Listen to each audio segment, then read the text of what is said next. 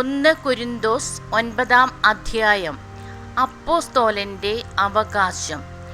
ഞാൻ സ്വതന്ത്രനല്ലേ? ഞാൻ അപ്പോസ്തോലനല്ലേ? ഞാൻ നമ്മുടെ കർത്താവായ യേശുവിനെ കണ്ടിട്ടില്ലേ? കർത്താവിന് വേണ്ടിയുള്ള എൻ്റെ അധ്വാനങ്ങളുടെ ഫലമല്ലേ നിങ്ങൾ? മറ്റുള്ളവർക്ക് ഞാൻ അപ്പോസ്തോലനല്ലെങ്കിൽ തന്നെയും നിങ്ങൾക്ക് തീർച്ചയായും ഞാൻ അപ്പോസ്തോലനാണ്.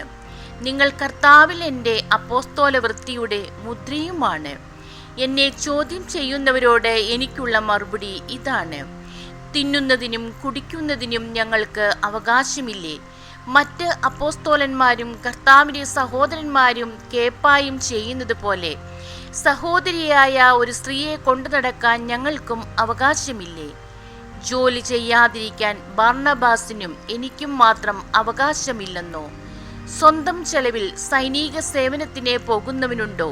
മുന്തിരിത്തോട്ടമുണ്ടാക്കിയിട്ട് അതിൻ്റെ ഫലത്തിൽ നിന്ന് ഭക്ഷിക്കാത്തവനുണ്ടോ? ആട്ടിൻപറ്റത്തെ വളർത്തിയിട്ട് അതിൻ്റെ പാൽ കുടിക്കാത്തവനുണ്ടോ? ഞാൻ ഈ പറയുന്നത് കേവലം മാനുഷികമായിട്ടാണോ? നിയമം അനുശാസിക്കുന്നതും ഇതുതന്നെയല്ലേ? എന്തെന്നാൽ മോശയുടെ നിയമത്തിൽ എഴുതിയിരിക്കുന്നു, ധാന്യം മെതിക്കുന്ന കാളയുടെ വായ നിങ്ങൾ മൂടിക്കെട്ടരുത്. കാളയുടെ കാര്യത്തിലാണോ ദൈവത്തിന് ശ്രദ്ധ? അവിടുന്ന് സംസാരിക്കുന്നത് അത്രയും നമുക്ക് വേണ്ടിയല്ലേ? ഉഴകുന്നവൻ പ്രതിഫലേച്ഛയോടും മെതിക്കുന്നവൻ ഓഹരി ലഭിക്കുമെന്ന പ്രതീക്ഷയോടും കൂടെ ജോലി ചെയ്യുന്നതിന് നമുക്ക് വേണ്ടി ഇത് എഴുതപ്പെട്ടിരിക്കുന്നു. ഞങ്ങൾ നിങ്ങളുടെ ഇടയിൽ ആത്മീയ നന്മകൾ വിതച്ചെങ്കിൽ നിങ്ങളിൽ നിന്ന് ഭൗതിക ഫലങ്ങൾ കൊയ്യുന്നത് അധികപ്പറ്റാണോ? നിങ്ങളുടെ മേലുള്ള ഈ ന്യായമായ അവകാശത്തിൽ മറ്റുള്ളവർക്ക് പങ്കുചേരാമെങ്കിൽ ഞങ്ങൾക്കതിന് കൂടുതൽ അർഹതയില്ലേ?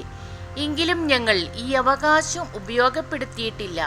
ക്രിസ്തുവിൻ്റെ സുവിശേഷത്തിന് ഒരു പ്രതിബന്ധവും ഉണ്ടാകാതിരിക്കാൻ എല്ലാം ഞങ്ങൾ സഹിക്കുന്നു. ദേവാലയ ജോലിക്കാർക്കുള്ള ഭക്ഷണം ദേവാലയത്തിൽ നിന്നാണെന്നും അൾത്താര ശുശ്രൂഷകർ ബലിവസ്തുക്കളുടെ പങ്കുപറ്റുന്നുവെന്നും നിങ്ങൾ അറിയുന്നില്ലേ? അതുപോലെ സുവിശേഷ പ്രഘോഷകർ സുവിശേഷം കൊണ്ട് തന്നെ ഉപജീവനം കഴിക്കണമെന്ന് കർത്താവ് കൽപ്പിച്ചിരിക്കുന്നു. എന്നാൽ ഇതൊന്നും ഞാൻ ഉപയോഗപ്പെടുത്തിയിട്ടില്ല. അങ്ങനെയുള്ള അവകാശങ്ങൾ ഉറപ്പിക്കുന്നതിന് വേണ്ടി ഞാൻ ഇക്കാര്യങ്ങൾ എഴുതുകയുമല്ല. എന്തെന്നാൽ മറ്റൊരുവനിൽ നിന്ന് അഭിമാനക്ഷതമേൽക്കുന്നതിൽ ഭേദം മരിക്കുകയാണ്. ഞാൻ സുവിശേഷം പ്രസംഗിക്കുന്നില്ലെങ്കിൽ എനിക്ക് ദുരിതം. ഞാൻ സ്വമനസ്സാ ഇത് ചെയ്യുന്നെങ്കിൽ എനിക്ക് പ്രതിഫലമുണ്ട്. അങ്ങനെയല്ലെങ്കിൽ മറ്റാരുടെയോ നിയോഗമനുസരിച്ചാണ് ചെയ്യുന്നത്. അപ്പോൾ എന്താണ് എൻ്റെ പ്രതിഫലം? സുവിശേഷം നൽകുന്ന അവകാശം പൂർണ്ണമായി ഉപയോഗിക്കാതെ പ്രതിഫലമെന്നിയെ സുവിശേഷം പ്രസംഗിക്കുന്നതിലുള്ള സംതൃപ്തി മാത്രം. ഞാൻ എല്ലാവരിലും നിന്ന് സ്വതന്ത്രനാണെങ്കിലും വളരെ പേരെ നേടേണ്ടതിന് ഞാൻ എല്ലാവരുടെയും ദാസനായി തീർന്നിരിക്കുന്നു.